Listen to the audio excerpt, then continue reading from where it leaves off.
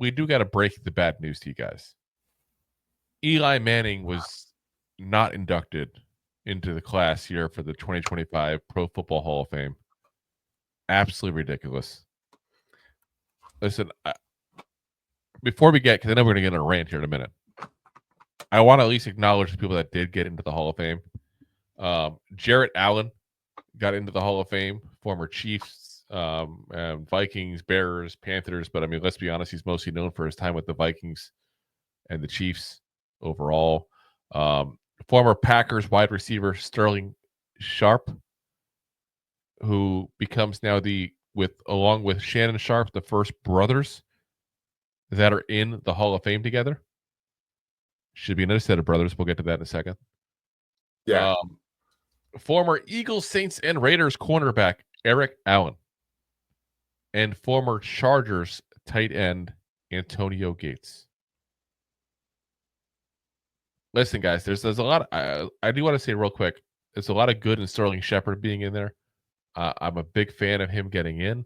I think he should have been in a long damn time ago. People forget how good he was, and I think Tony Baselli getting in is what kind of gave him that ability to get in, because he was the best wide receiver of his generation, basically, for that time that he was great. Even you can make the case he was better than Jerry Rice, even when they played the same exact time. Again, not for their career, but in the peak of their career at that point there. The guy literally, we're talking like early 90s, when you can still do the stuff that you could do to receivers, not that now. 1,400 yards in 92, 1,200 yards in 93, 1,100 yards in 94, another 1,400 yards in 89, another 1,100 yards in 90. I mean, the guy literally played for only 7 years and had 8,134 yards. Yeah. Had to retire at 29 years old, guys. Yeah, had a rougher go at it. Yeah, like absolutely amazing. So like I said, I just want to say that because that's the long time coming there. But let's get on to Eli, because that's some BS. Point blank, that's some BS. And I think the guy who went in over him, that I think kind of blocked that move, and kudos to him as well, because he honestly should have been a while ago as well. Jared Allen. I think Jared Allen is the guy who took the spot that Eli would have had. And we talked about this. It's hard to get in as a first ballot Hall of Famer. Really is hard to come in as a first ballot Hall of Famer. So I still think Eli's going to get in. I really do. But I hate that mentality. Oh, it's a first ballot Hall of Famer. This means something special. You either are or you aren't, goddammit. Yeah. You either are or you aren't.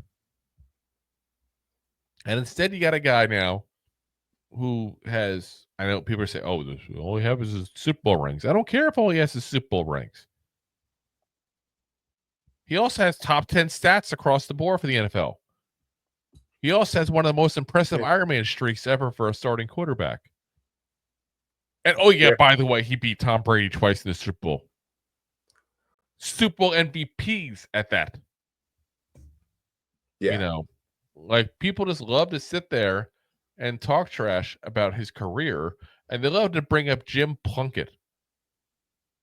Now, listen, I don't pretend to be able to be the best person to compare those two, because I wasn't around when Jim Plunkett played. Yeah. If anybody's around the 70s and the early 80s and wants to talk about it, feel free to compare. But that's the one I keep saying comparison-wise, because the guy also has 2 Super Bowl rings and he's not in the Pro Football Hall of Fame. But he also only has 1 Super Bowl MVP. He also didn't have 2 of the most iconic catches in the Super Bowl. He also didn't get the record for all-time, passing yards in a single postseason. Eli Manning got those records. Eli, the guy that just decided it's not good enough for the Hall of Fame this year. And I said, he'll get in, guys. He will absolutely get in. But it's absolute BS that Eli Manning is not going to the Hall of Fame this year. And I feel bad for the guy. because we've talked about it before. Beyond what he did on the field, for everything that man has done for the sport, he should be in the Pro Football Hall of Fame. Yeah. He said he's got like $500 million. I can't feel sorry for him. I still can. He may have different problems than we do, but we all got problems. Yeah. He don't got 99 problems, but the Hall of Fame is now one. Mm. It's ridiculous. Absolutely ridiculous, guys. So I guess class of 2026, hopefully for Eli. Let's go, Eli. And this is one of those things we've talked about it before. The Giants have a ton of Hall of Famers, guys. A ton of Hall of Famers. But there are some guys in there that point blank should be. We could have a whole class of just Giants. Just Giants that aren't in the Hall of Fame that should be. It's pretty sad. Eli Manning. Tom Coughlin. Carl Banks. Jimmy Patton. Also made the case for Leonard Marshall, but he's kind of borderline.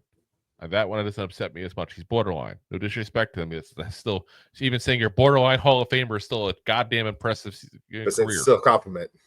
But him and Banks both got the, oh, you played with Lawrence Taylor, so you're not as good as we think you are. Curse.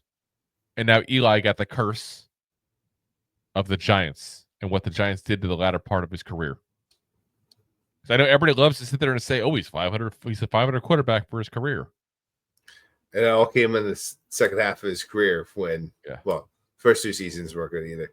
But that's to be expected as well when you're coming out of the draft and you put the season on your rookie quarterback's back.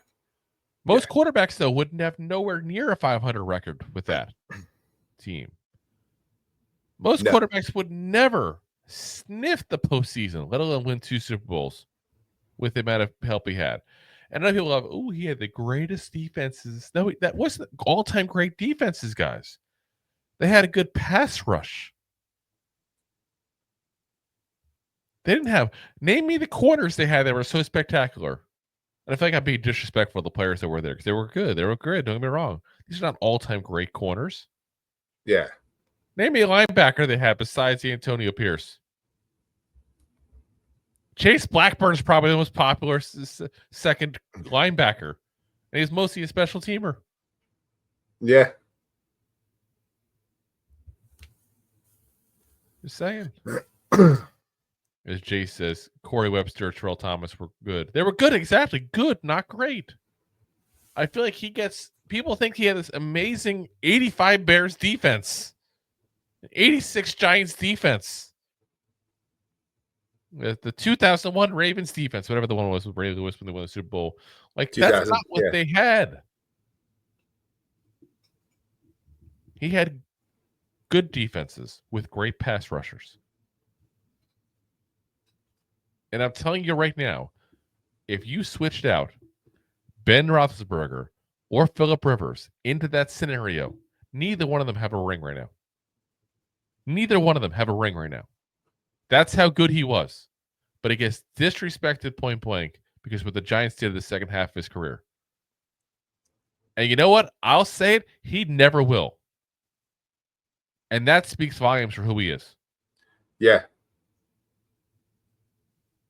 Because point blank, most people would sit there flipping out when they're given the offensive lines he was given, the lack of weapons he was given, obviously leading up to OBJ coming in. But I guess they're not taking that into consideration. He's not a first ballot Hall of Famer. I'm sick of that BS. You're a Hall of Famer or you're not, guys. You're a Hall of Famer or you're not. Again, no disrespect to the guys that got in. I have not a single issue with the guys that got in. But don't tell me he's not a Hall of Famer. And he better be one next year. Point blank. So. If you like that clip, then you will love the full episodes too. Find us on your favorite podcast app and look for us on all your favorite social media platforms. Thanks so much.